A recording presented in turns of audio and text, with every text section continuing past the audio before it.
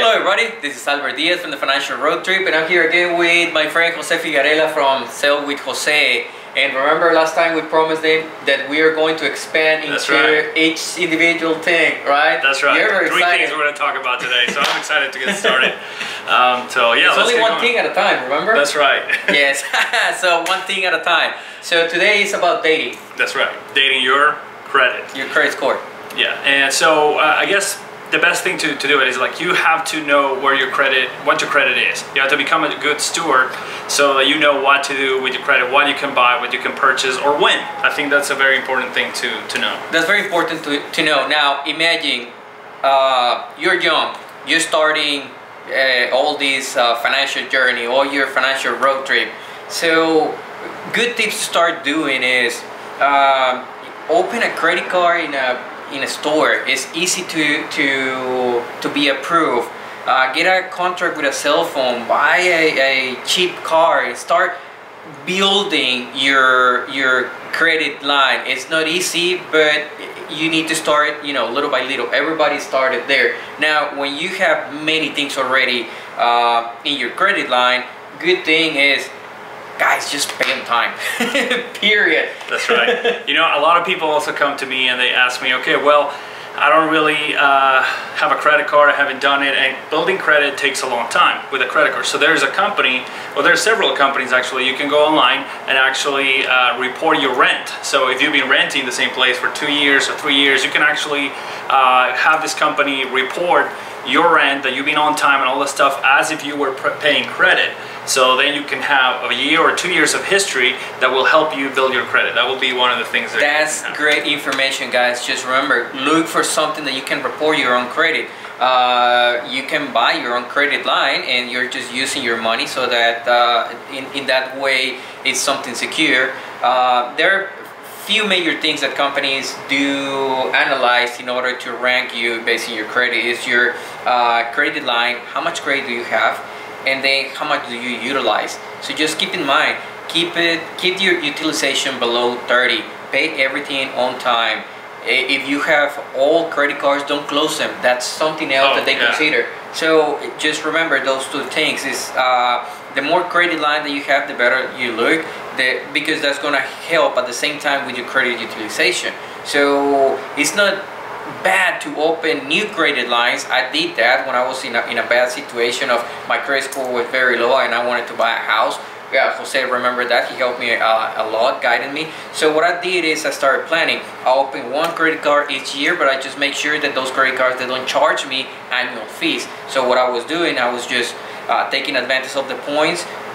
Your credit score is going to go down, but then if you are a good steward, like Jose just mentioned, and if you are on top of your game, you're gonna pay off everything fast, and then the gains out of that are greater than being concerned about, oh, they're gonna check my credit score is gonna go down. Yes, it's gonna go down, but the gains are going to be more than your losses. That's right, and you're bringing a super important point.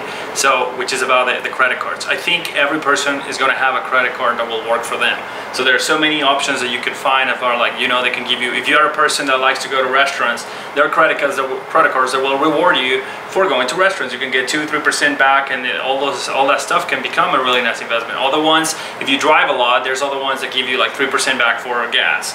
You know, things like that, or groceries, or travel. So you can find one that works for you that you can utilize. But probably the most important thing with it is to try to keep your debt under 40% on your credit cards. If you haven't, pay them off. Don't try to just use them all the stuff. Credit cards are really meant to be used for two things. One, because you need them. You need them to buy. So you don't really want them because you just want to have a credit card and load it up with things. It's like, that's not the purpose of a credit card. So if you don't have the money, don't spend it. And that's why financial planning is so important, because I believe that if you don't know how to use your money, you can get in trouble really quick. I see so many people that get a credit card, they get excited, they use it for a couple of weeks or a couple of months, the credit gets raised to a higher limit, and then next thing they know, they say, oh, I got now $4,000 or $5,000 to spend, and they go and they load up that credit card, which lowers their score, and effectively they get in debt that they cannot pay off, and especially because they don't know how to manage their debt. So it's important that you become financially aware of your expenses so that you can utilize this credit cards well. Guys, rewind it 45 seconds ago. If you don't have money, don't spend it. Simple as That's that. probably the biggest tip. We should have started with that. And it's very simple. You really need them. I mean, it's like no one likes credit cards. The United States is probably the worst country with credit card debt. So it's important that we don't become, a part of the problem, but we start educating ourselves to be the solution in the game, for that. really. The problem here is everybody wants to keep up with the Joneses, and it's terrible. You should not. Exactly. You need to live accordingly to your capabilities. So just remember, two major things.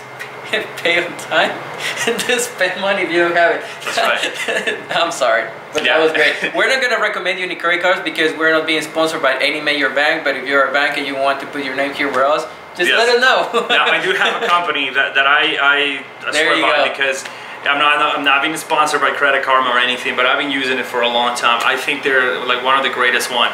But let's be real about it. So what they do is they look at your credit options, your finances and stuff, and they will market you things that could work. So that's how they make money. But that could be the downside if you don't know how to control your debt, or if you're just applying for things. But if you utilize your system to really understand your credit, understand how you can pay your debt and monitor your activity, I think is a fantastic tool that you don't have to pay any money and it doesn't hurt your credit. So I would definitely recommend people to look into creditkarma.com so that they can know their credit score.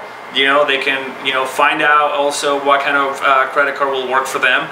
And good places like creditcards.com, you can kind of input your credit. Correct. It gives you suggestions and things like that. Based on your needs, based on what you want. So that way you know your score. You're not applying for an American Express at a high level where you're not going to get accepted, and then you run your credit for nothing. So exactly.